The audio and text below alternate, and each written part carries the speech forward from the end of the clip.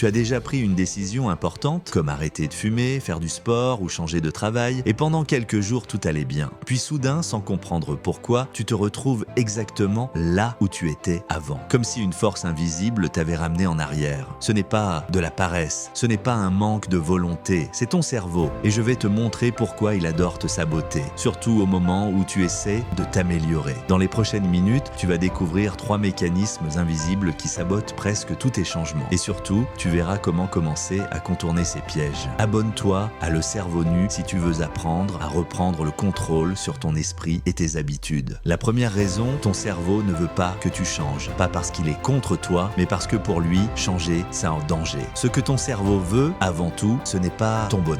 Ce n'est pas que tu sois riche ou accompli. Ce qu'il veut, c'est ta survie. Et pour lui, survivre veut dire répéter ce qui a déjà marché jusqu'ici. Tu as survécu avec tes habitudes, alors elles deviennent la norme.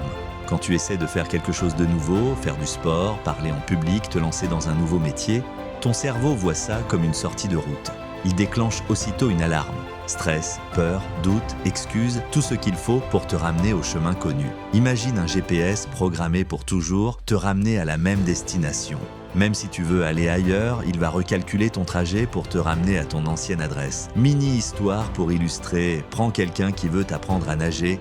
La première fois qu'il met la tête sous l'eau, son cerveau panique. Danger, tu vas te noyer. Alors il remonte vite à la surface. Ce n'est pas qu'il n'a pas envie d'apprendre, c'est juste que son cerveau croit qu'il te protège. Cette peur, ce doute, ce dialogue intérieur, c'est ton système d'alarme automatique. Deuxième mécanisme, les chemins neuronaux. Imagine une grande forêt.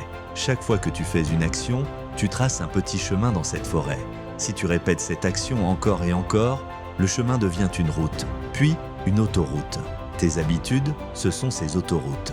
Quand tu veux changer, tu essaies de créer une nouvelle route dans la forêt. Au début, cette route est minuscule, pleine de branches, difficile d'accès.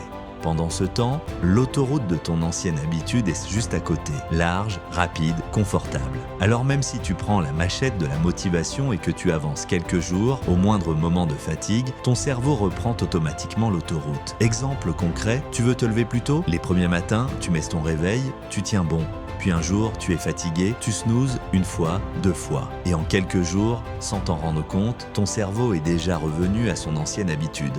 Ce n'est pas un manque de volonté, c'est juste que le chemin ancien est encore beaucoup plus rapide. Troisième mécanisme, l'intolérance à l'inconfort. Chaque changement crée une zone d'inconfort. Si tu changes ton alimentation, ton corps réclame ses anciens plaisirs. Si tu apprends quelque chose de nouveau, tu es mauvais au début. Si tu te mets au sport, tes muscles te font mal.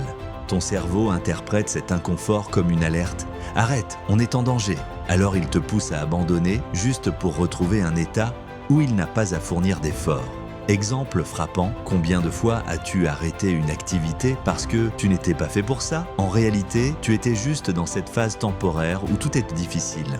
Le problème, c'est que la plupart des gens s'arrêtent avant que le nouveau chemin soit assez solide. Ils ne savent pas que cette résistance est un signe que le cerveau est en train de se reprogrammer. Alors pourquoi ton cerveau te sabote-t-il quand tu veux changer? Parce qu'il choisit la survie au lieu du bonheur, parce qu'il suit ses vieilles routes automatiques, et parce qu'il déteste l'inconfort. Mais si tu restes assez longtemps sur le nouveau chemin, quelque chose de magique se passe. Ton cerveau finit par créer une nouvelle autoroute. Dans la prochaine vidéo, je vais te montrer une méthode simple pour y arriver. Une méthode pour que ton cerveau commence enfin à travailler avec toi et non contre toi. Abonne-toi à Le Cerveau Nu et dis-moi en commentaire quel était le changement que tu veux faire mais que ton cerveau sabote toujours.